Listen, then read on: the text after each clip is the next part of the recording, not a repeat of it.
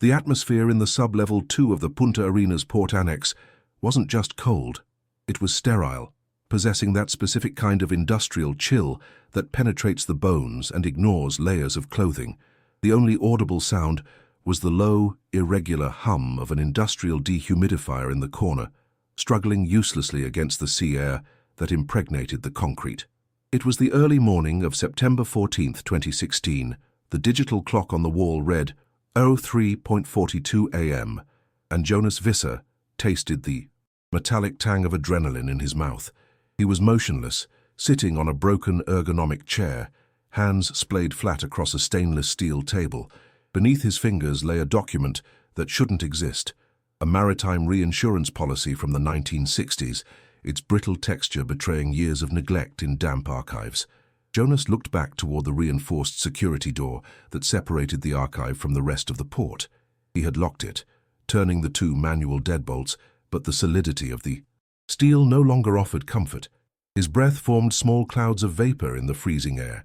The document before him detailed the sinking of the freighter MV Sanctus. The problem wasn't the shipwreck itself, but the mathematical precision of the incident's coordinates. Jonas, a man who had dedicated 30 years to studying maps and routes, knew those coordinates pointed to the interior of the continental ice shelf, miles from any navigable water. He was staring at physical proof that the official history of Antarctic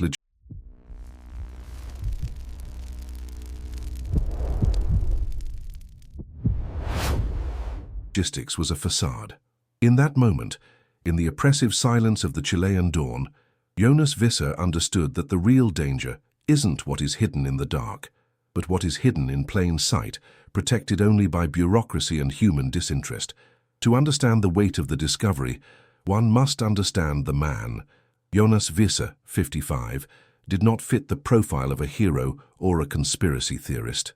He was a forensic actuary, a Dutch specialist hired to clean up the messes left by bankrupt insurance companies. His life was a straight line of cheap hotels, instant coffee, and Excel spreadsheets. He operated in the vacuum left by corporations. When a company died, he was the vulture coming to sort what remained of the bones. The European holding company that sent him to Chile had a purely financial objective: to audit the physical assets of the defunct transoceanic Lloyds to clear the property for sale. The work was mechanical: read, catalogue, decide whether to digitize or incinerate. For 2 weeks, Jonas became part of the warehouse furniture. He memorized the sound of the pipes, the schedule of external security patrols, and the smell of rotting paper that dominated the place. The rupture occurred on Tuesday afternoon upon opening Box 404, a reinforced plastic container that had been erroneously marked with a sanitary disposal tag.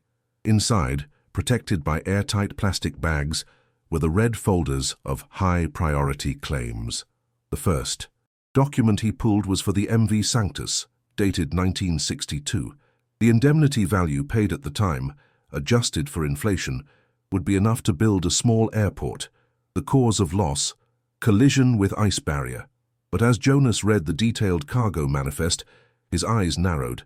The ship wasn't carrying coal, oil, or fish. The manifest listed import codes for positive pressure ventilation systems and, even stranger, mahogany and velvet archive furniture. Why would a freighter be carrying the interior of a palace and a hospital-grade air filtration system into the Antarctic Ocean at the height of the Cold War? Jonas's first reaction was clinical. He cleaned his glasses and assumed there was a typing error in the coordinates. It was common in the 60s to confuse minutes with degrees. He stood up, joints cracking from the cold, and unrolled a large-scale hydrographic chart onto the side table. With a navigation ruler and a compass, he plotted the exact point: 17:18 south, 11:15 east. He redid the calculation 3 times. The point fell unequivocally over Queen Maud Land, in a region known as New Swabia. It wasn't on the coast. It was 50 kilometers inland into the perpetual ice. A ship couldn't collide there. A ship couldn't be there. Jonas's rational denial crumbled when he reached for the next folder, referring to the SS Veritas, lost in 1974. The insurer was the same. The beneficiary bank was an obscure subsidiary linked to the Institute for the Works of Religion, the E. Vatican Bank, and the shipwreck coordinates were identical, down to the decimal second. Jonas felt a shiver that didn't come from the room's temperature. The statistical probability of two different ships, separated by 12 years, sinking at the exact same geographic point is null. He continued, frantic. He found records from 1958, 1981, and 1989, all total loss. All paid in full without wreckage investigation. All disappeared into the same blind spot on the map. The silence of the archive became deafening. Jonas realized he wasn't looking at accidents. He was looking at a delivery schedule. The rationalization protocol failed. Reality imposed a terrifying logic.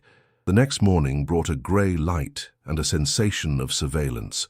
Jonas, with deep dark circles under his eyes, decided not to digitize the files immediately. The instinct for self-preservation screamed louder. He tried to access the Lloyd's central server in London through an old terminal using a VPN connection he knew was monitored, but it was his only option. He typed the policy numbers into the global search system. The cursor blinked, the computer's hard drive whirred noisily, and the screen turned blue. It wasn't a standard system error. A black dialog box appeared with red text, Restricted Access Concordate Protocol Level 5. Immediately, the building's internet connection dropped. Jonas tried to use the landline in his room to call a colleague in the Netherlands. The line was dead. Seconds. Later, the phone rang. The sound of the bell echoed violently off the concrete walls. Jonas answered, his trembling hand clutching the plastic receiver. On the other end, there was only the sound of breathing and a background noise that sounded like old teletypes or dot matrix printers working frantically. No one spoke. The line went dead. Minutes later, the port manager, a man who generally ignored Jonas's existence, appeared at the door. He was sweating, despite the cold. He asked if Jonas had found any sensitive material outside the scope, and suggested with a nervous smile that he take the rest of the day off to rest as he looked stressed. The unspoken message was clear. Stop digging. Jonas's isolation became absolute. He was surrounded, and the system was already reacting to his intrusion like an antibody attacking a virus. That night, driven by a technical obsession that outweighed fear, Jonas returned to the archive, entering through the back using the service key he still possessed. He knew time was running out. He ignored the computer and went straight to the physical paper, the only thing that couldn't be remotely edited. In the false bottom of the box, he found an envelope sealed with papal wax, already broken. Inside were the structural modification blueprints for the 1989 ship and a complete passenger list. The blueprints were definitive proof. The SS Veritas was no ordinary freighter. The diagrams showed that the cargo holds had been converted into habitation bunkers, lead-lined and equipped with independent life support systems. There were internal elevators connecting the upper deck to a hatch at the bottom of the hull, designed to dock with something submerged. But the real horror was in the passenger list. Not sailors. Cardinals, bishops, renowned civil architects, and German nuclear engineers. Next to each name, in the return field, the entry was blank, or marked with the code Permanent Transfer, Base 211. Here is where the story gets strange. Pay attention to this detail. One of the items listed in the 1989 cargo was Secret Archive, Codices 1 to 500. This indicated the physical transfer of parts of the Vatican Library to the ice. They weren't just building a base, they were moving the institution's core out of Europe. Paranoia ceased to be a theory when Jonas returned to his hotel, the Plaza del Estrecho. Upon entering room 302, he stopped at the door. The air smelled of strong cleaning chemicals, masking something. Subtler, like burnt ozone. The room was immaculate. The maid had already been there in the morning, yet the bed was made again, with military precision, the sheets pulled too tight. He went to the spot where he had hidden his personal laptop, inside the lining of the box spring. The laptop was there, but it was warm to the touch. When he opened it, the screen immediately lit up with a command terminal window, executing a low-level formatting script. Jonas watched, helpless, as years of personal files, photos, and work documents were overwritten by zeros and ones. He tried to turn off the device, but it didn't respond. The room phone rang. He answered, feeling his heart beating in his throat. A synthetic voice, clearly computer-generated, said, "The inventory has been concluded, Mr. Visser. Please await transport." Jonas hung up and ran to the window. On the deserted street, a black sedan with tinted windows was parked with the engine running directly in front of the hotel entrance. Wasn't just being watched, he was being herded. The fear became physical, a sharp pain in his stomach. They didn't need to kill him, they just needed to ensure he had no proof. Jonas grabbed the physical documents he had on him, the only leverage he had left, and fled via the fire escape, avoiding the lobby. He headed to a busy public hospital, believing the presence of security cameras and witnesses would buy him some time.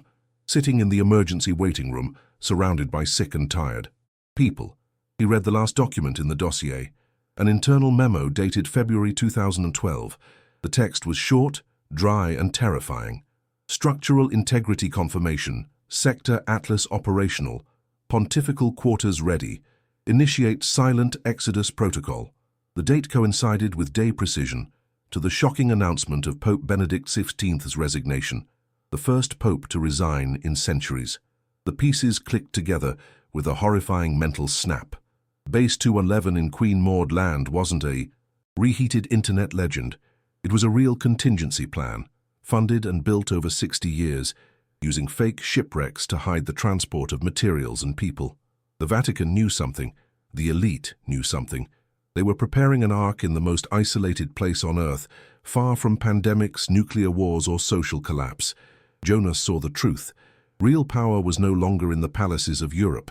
Real power had packed its bags and moved to the ice.